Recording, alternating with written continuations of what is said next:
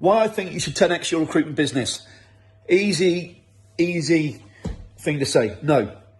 What I'm saying is this. If you set a target for the next 12 months in your business and you set a target of, I'm going to 10x my business, so from 200,000 to 2 million, or I set a target of going from 200,000 to 400,000, who do you think is going to make the most revenue and most profit end of 12 months?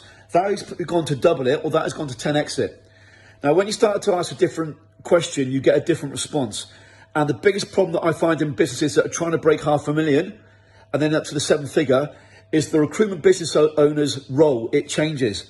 The role changes. So what that means is you're taking on virtual assistants, you're taking on account managers, you're taking on commission-only recruiters. I spoke to a member yesterday, and this member is using a really cool strategy to bring in clients. So they're going to businesses. We've had many members do this.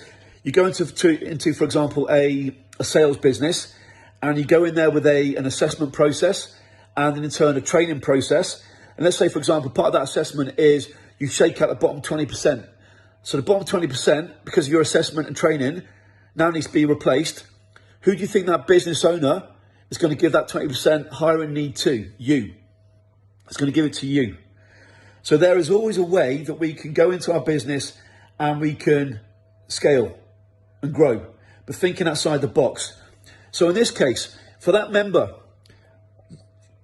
that's one part of his client acquisition. Now, usually that would be enough, and then we become world class at that. But what he's done historically, he's in multiple niches, and he's sort of created this process in a very lucrative niche. However, he's also got an existing niche, which the two are not related.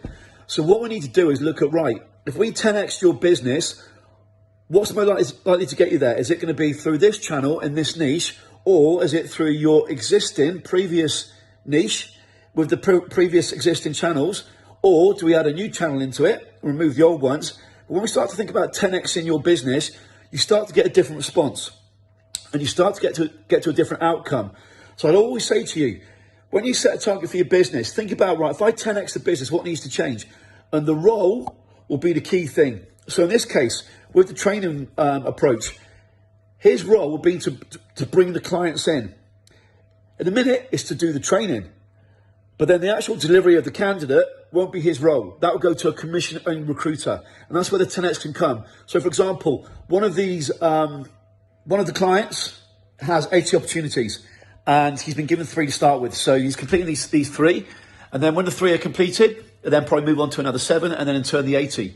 So he's not doing the work on this, clearly, delivery. So he's got a commission-only recruiter who's delivering these candidates. So it's then set up a process for the commission-only recruiter.